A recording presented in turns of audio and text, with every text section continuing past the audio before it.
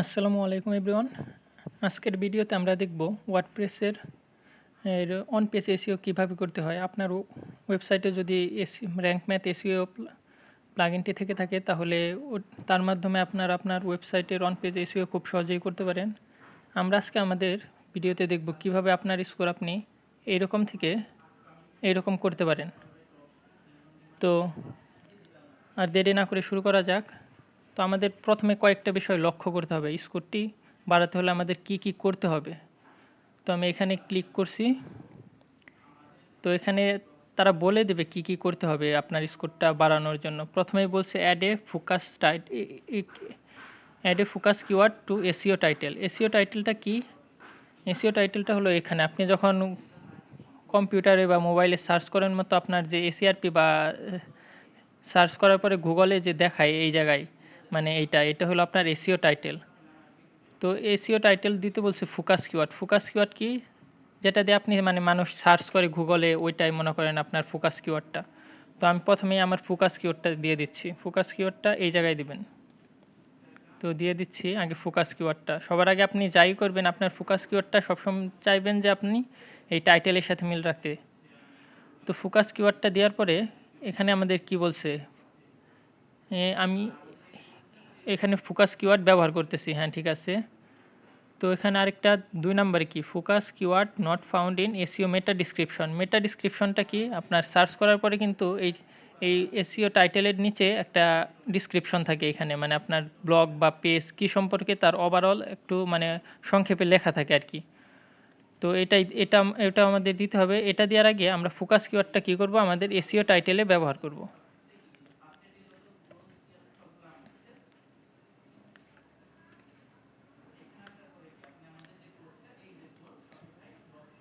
আর SEO টাইটেলটা এই ডিসক্রিপশনটা আপনারা একটু সুন্দর করে লিখবেন।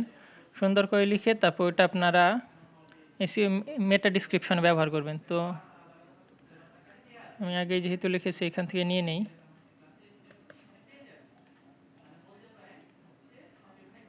তো আমি দিয়ে দিলাম এটা। হ্যাঁ, তারপরে কি বলছে, focus keyword not found in URL, মানে আপনার যে লিঙ্ক, আপনি যে পোস্ট বা পেজে যাই থাকুক তার লিঙ্ক আপনার এই ফোকাস কিওয়ার্ডের সাথে বা টাইটেলের সাথে আপনার মিলে নেই। এই জন্য আপনার এই জায়গা থেকে লিঙ্কটাও করে দেবেন, এই ফোকাস কিওয়ার্ডের এটা দিয়ে দেবেন লিঙ্ক। স্কোর কিন্তু ধীরে ধীরে বাড়তেছে, আপনারা খেয়াল করবেন। তারপরে কি বলছে, focus keyword does not appear at the beginning of the content. আপনার যে কন্টেন্টটা লেখা শুরু করছেন, মানে এই টাইটেলের পরে যা যা দিচ্ছেন আর কি, এই কন্টেন্টের এখানেও আপনার ফোকাস কিওয়ার্ডটা দিতে হবে আর কি। তো আমরা দেখি এখানে দেওয়া যায় কিনা ব্লগ পোস্টে।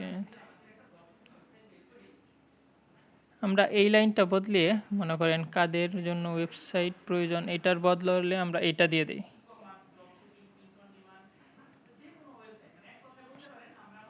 হ্যাঁ, এই দেখেন এটা এখন গ্রিন হয়ে গেছে আর কি। তারপরে আরেকটা হলো আপনার কন্টেন্ট, মানে আমার যে ওভারঅল যতটুকু আমি লিখছি, মানে আমার ব্লগ পোস্ট তা হয়েছে 1690 ওয়ার্ড লং হয়েছে। এই জন্য এটা গ্রিন হয়েছে কিন্তু পুরোপুরি হয় না। এটা আপনার যদি পুরোপুরি গ্রিন করতে হন, এই প্রশ্নবোধক চিহ্নে ক্লিক করলে আপনি এই র্যাঙ্ক ম্যাথের ওদের এই জায়গায় দেখতে পারবেন আর কি, কতগুলা কিওয়ার্ড কীভাবে লিখতে হবে।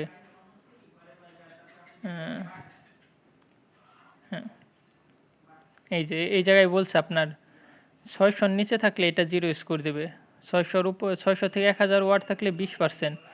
তো আমারটা আছে কত, 1690, এই জন্য আমারটা মানে হালকা গ্রিন হয়েছে। এখন যদি আমি এটা 2000 থেকে 2500 বা 2500-এর উপরে করি, 2500-এর উপরে করলে এটা পুরোপুরি সবুজ হয়ে যাবে আর কি। তো আমার যেহেতু কন্টেন্ট আর লেখা নেই আপাতত, আমি আপনাদের দেখানোর জন্য এটাই বারবার ডুপ্লিকেট করে আমি আপনার কন্টেন্টটা একটু 2500-র উপরে করে নিতেছি।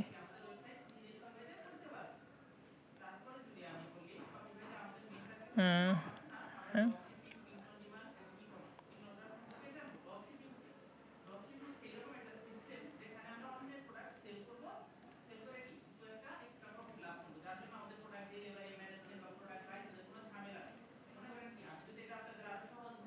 আপনারা সবসময় চেষ্টা করবেন আপনার মানে ব্লগটা যত বড় করে লিখতে পারেন। ব্লগটা কম হলেও আপনারা মানে 2500 ওয়ার্ডের উপরে লেখার চেষ্টা করবেন। তাহলে আপনাদের স্কোরটা অনেক বেশি হবে, আপনার ওয়েবসাইটে ট্রাফিকের জন্যও ভালো হবে।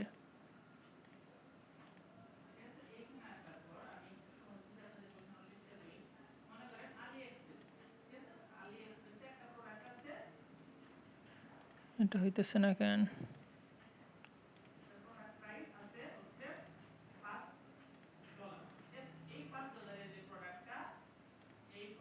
হ্যাঁ, এই যে এখন আমি 2600 করে 2700 করে আমি গ্রিন করে নিলাম। তো আপনারা এইভাবে ডুপ্লিকেট করবেন না, আপনারা আপনাদের কন্টেন্টটা মানে একটু টাইম নিয়ে তারপর ব্লগটা লিখবেন, কি কি মানে যত ইনফরমেশন দেওয়া যায় আর কি কন্টেন্টের মধ্যে, আপনার ব্লগের মধ্যে সব দেওয়ার চেষ্টা করবেন। সবসময় চেষ্টা করবেন কি 2500 ওয়ার্ডের উপরে দিতে আর কি। তারপর এটা কি বলছে, আমার focus keyword does not found in sub headings. আমাদের হেডিং এক মানে কোনো আপনার যা পোস্টে লেখেন, পোস্ট বা পেজ যাই থাকুক, আপনার একটা হেডিং থাকে। এই হেডিংটা সবসময় আপনারা H1 ট্যাগে দেবেন, যেহেতু এটা ওয়ার্ডপ্রেসের ডিফল্টভাবে এটা H1 এ অটোমেটিক আছে। তো আমার এই ফোকাস কিওয়ার্ডটা হেডিং কিন্তু শুধু H1 হয় না, যারা একটু কোডিং পারেন বা ওয়েব ডিজাইন সম্পর্কে ধারণা আছেন তারা জানবেন হেডিং H1 থেকে H6 পর্যন্ত হয়। আপনি ধীরে ধীরে যতটা ইম্পর্টেন্ট তত মানে H1, তারপর একটা একটু কম ইম্পর্টেন্ট হলে H2 এইরকম থাকে। তো আমাদের এই ফোকাস কিওয়ার্ডটা H2 মানে কোনো হেডিংয়ে পাওয়া যায়নি। এখন আপনারা দেখবেন মানে লেখার সময় খেয়াল করবেন কোন জায়গায় আরও দেওয়া যায় আপনার এই ফোকাস কিওয়ার্ডটা, মানে এই টাইটেলের মধ্যে হেডিংয়ের মধ্যে দেওয়া যায়। তো আমি এখানে দিয়ে দিচ্ছি উপসংহারের এই জায়গায়। হ্যাঁ হ্যাঁ, আমার এটা নিয়ে নিচ্ছে আর কি হেডিংয়ের মধ্যে। তো তারপর কি বলছে, add a image with focus keywords or as alter text. তো আমরা আমাদের পোস্টে কোনো ইমেজ অ্যাড করি নাই, আমরা আপাতত আমাদের যে ফিচার ইমেজ ওটা দিয়ে ট্রাই করতেছি, এটা দিবেন। আর এই জায়গায় আপনারা সবসময় চেষ্টা করবেন ফোকাস কিওয়ার্ড যেটা দিচ্ছেন ওইটা আপনার এই অল্টার টেক্সট, ওই এসইওর জন্য আপনার এই অল্টার টেক্সটটা দরকারি আর কি। এই অল্টার টেক্সটে আপনার যে হেডিং বা ফোকাস কিওয়ার্ড আছে ওইটা দিয়ে সেট ফিচার ইমেজ দিয়ে দিতেছি। হ্যাঁ,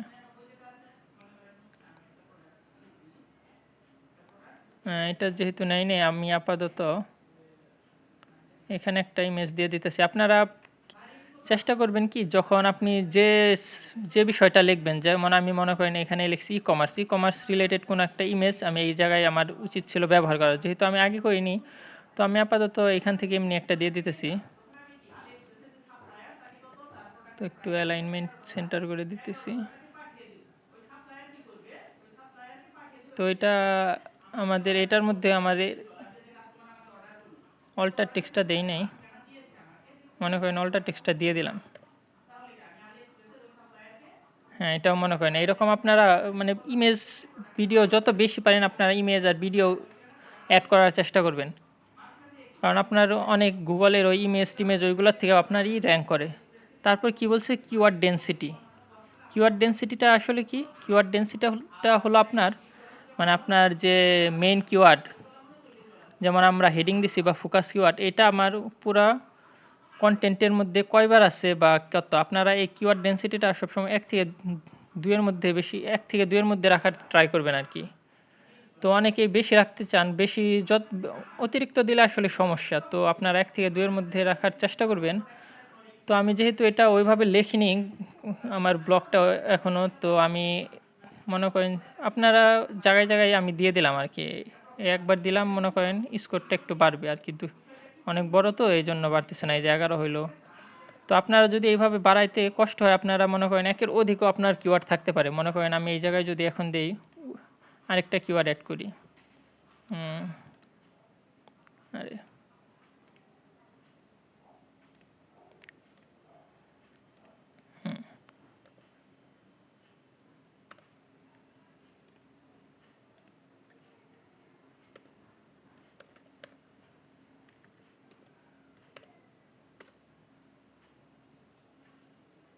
এই দেখেন এই ওয়েবসাইট লেখাটা কিন্তু আমার মধ্যে অনেকবার আছে, এই জন্য আমার 11 থেকে 29 হয়ে গেল।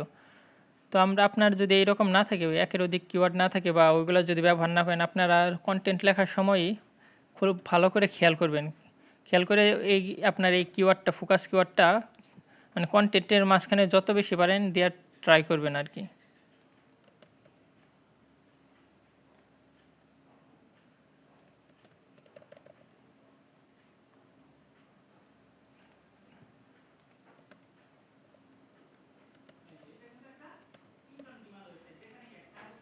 সব জায়গায় দিলে নিবেন আপনার। এই জায়গায় আমি দিয়ে দিতেছি কয়েকবার মিলানোর জন্য।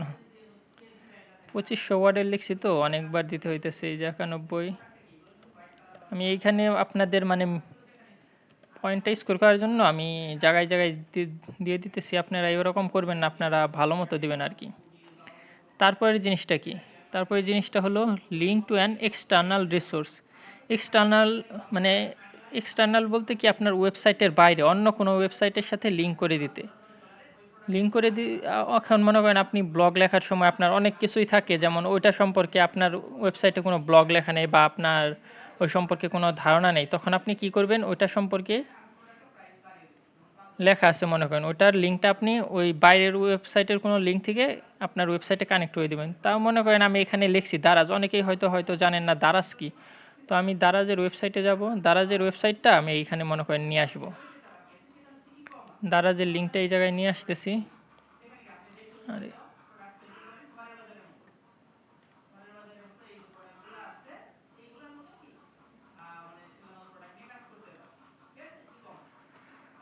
নেট একটু সমস্যা।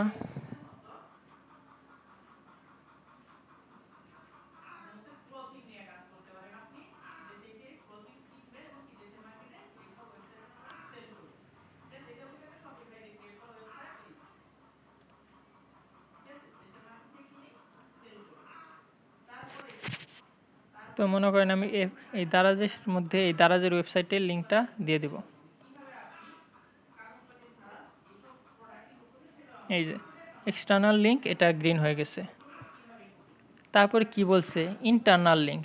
ইন্টারনাল লিঙ্ক বলতে আমার ওয়েবসাইটের কন্টেন্ট ব্লগ বা পেজ ওইগুলোর সাথে যত বেশি পারেন, আপনি যত বেশি পারেন তত ইন্টারনাল লিঙ্ক দেওয়ার চেষ্টা করবেন। মনে করেন আপনার এই সম্পর্কে অনেক, মনে করেন ডোমেইন কি এই সম্পর্কে আপনার একটা ব্লগ লেখা আছে, তো আপনি কি করবেন, আমি একটা লিঙ্ক নিয়ে আসতেছি।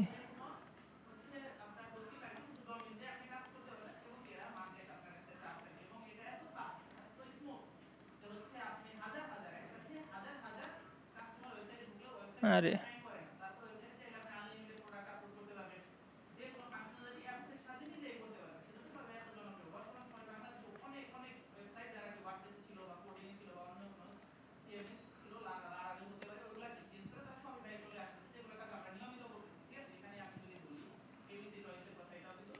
তো আমি মনে করেন এইটার লিঙ্কই নিয়ে নিতেছি, কপি লিঙ্ক অ্যাড্রেস। মনে করেন আমার যেহেতু ব্লগ লেখা নেই, আপনার ওয়েবসাইটে যত বেশি ব্লগ বা পেজ যা আছে আপনি কি করবেন তত বেশি মানে লিঙ্ক ইন্টারনাল লিঙ্ক করে দেবেন আর কি। তারপর মনে করেন ই কমার্স সম্পর্কে আপনার একটা ব্লগ লেখা আছে, তো ওইটার সাথেও আপনার ইন্টারনাল লিঙ্কটা করে দিবেন। এইরকম যত বেশি পারেন ইন্টারনাল লিঙ্ক করে দিবেন।